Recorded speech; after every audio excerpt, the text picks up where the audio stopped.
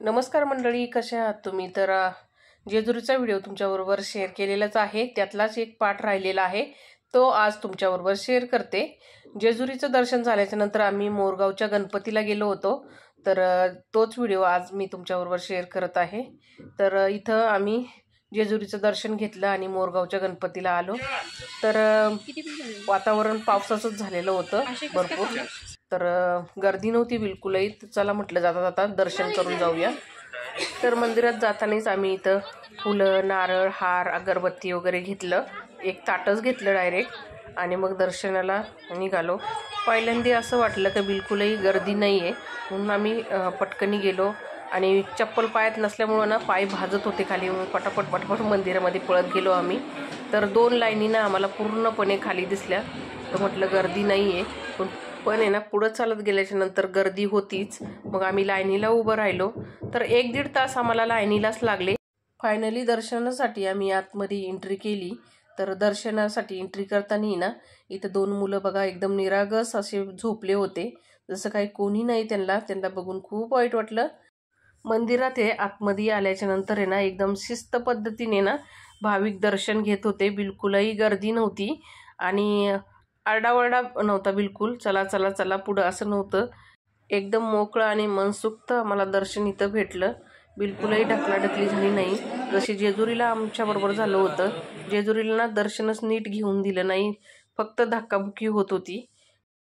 तर मंडळी, हे आहेत मोरगावचे गणपती. अष्टविनायकामध्ये हे पण एक सामील आहेत. तर तुम्ही पण दर्शन घ्या. आम्ही पण एकदम मोकळं सुटसुटीत असं दर्शन झालं. तर गणेशजीची मूर्ती बघून एकदम मस्त असं प्रसन्न वाटतंय, बघतच राहावंसं वाटतं. अशी छान अशी मूर्ती आहे. तर दर्शन घेतलं. दर्शन घेऊन ना आम्ही बाहेर निघालो. मग खूप छान दर्शन झालं.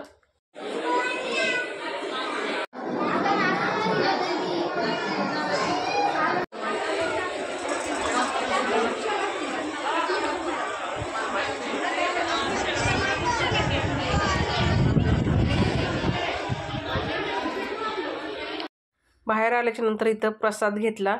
आम्ही पण घेतला, बहिणींनी पण घेतला.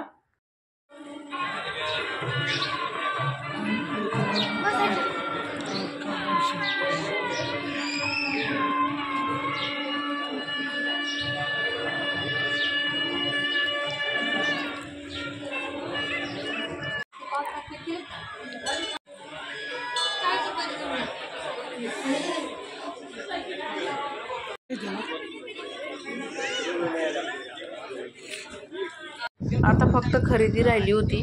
मग आम्ही इथं छोटी मोठी खरेदी केली. तर स्त्रियांच्या जातीचं कसं असतं ना मंडळी, कितीही कानातले, गळ्यातले सोन्याचे असू दे किंवा अजून कसे असू दे, तरी पण पाहिजेच असतात. डुप्लिकेट हे लेडीजचा गैनच असतो. मग तिने इथं गळ्यातलं, कानातलं घेतलं आणि रस्त्याने ना आम्ही गुळाच्या फॅक्टरीवर गेलो होतो. तर तिथं ऊस होता भरपूर प्रमाणात. तर बहिणी त्यांना विचारलं, आम्हाला ऊस देता का? तर ते म्हटले, तुम्हाला जेवढा पाहिजे तेवढा घ्या. तर तिने भरपूर ऊस तिथून मोडून घेतला मुलांसाठी. नंतर आलो मार्केटला. रस्त्याने मार्केट पडतो. तर छोट्या मोठ्या गोष्टी घ्यायच्या होत्या, जसं काय भाजी वगैरे हे ते. तर थोडे भाजीपाल्या वगैरे अशी फ्रूट वगैरे अशा गोष्टी इथं घेतल्या आम्ही. तिने एक टोपलं पण घेतलं भाकरी ठेवण्यासाठी. तर हे सर्व गोष्टी घेतल्या आणि मग निघालो घराकडं. आता इथं आम्ही घरी आलेलो आहे. तर दुसऱ्या दिवशीचा व्हिडिओ आहे मंडळी हा. तर दुसऱ्या दिवशीचं काल्याचं कीर्तन होतं, त्याचा व्हिडिओ आहे हा. तर तुम्ही शेवटपर्यंत बघा, स्किप न करता. काल्याचं कीर्तन आहे, त्यामुळे ना इथं पालखी निघालेली आहे सकाळीच. तर सर्वांनी मस्त अशा रांगोळ्या वगैरे काढलेल्या आहेत दरवाजा पुढं.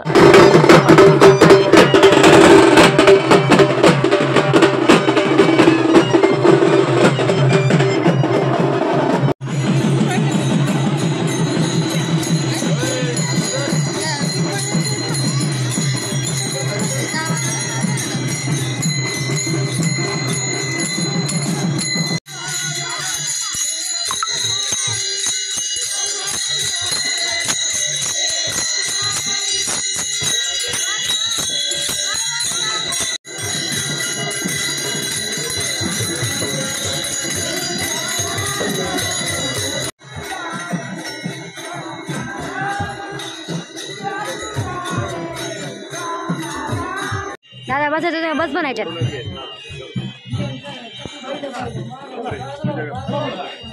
आम्ही पण पालखीचं दर्शन वगैरे घेतलं. आता आम्ही चाललेलो आहे काल्याच्या कीर्तनाला.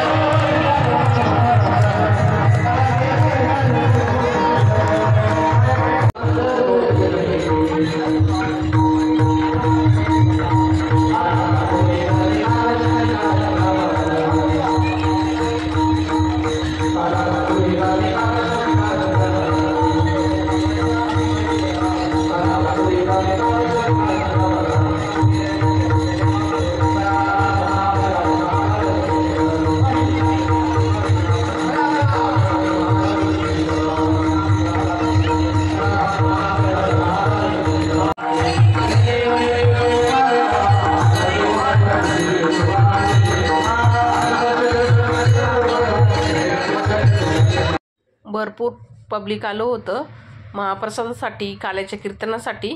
तर आहे ना आम्ही पण मग काल्याच्या कीर्तनाचा जो दही काल्याचा प्रसाद होता तो घेतला आणि महाप्रसाद होता तो पण घेतला. आणि विजांचा कडकडट व्हायला लागला, पाऊस पण फुल भरलेला होता. तर आमची घाई होती घराकडे जाण्याची. तर तुम्हाला दाखवतेच बघा, एकदम आभाळ फुल भरलेलं होतं. गावाकडे सध्या भरपूर पाऊस पडतोय. तर तुमच्याकडे पडतो का नाही ते कमेंट करून नक्की सांगा. आमच्या गावाकडे तर भरपूर पाऊस येतो संध्याकाळी, मुसळधार. तेवढाच वारा पण असतो. पावसाचं नाव काढल्याबरोबर लगेच मुसळधार पाऊस पडायला लागला आणि तो पण गारांचा. गावाला उन्हाळ्यामध्ये गाराचा पाऊस पडतो. आंब्यांची तर फुल नुकसान झालेली आहे वाऱ्यामुळे ना, पूर्णपणे आंबा खाली झालेला आहे. तर म्हणजे हा होता छोटासा व्हिडिओ. धन्यवाद.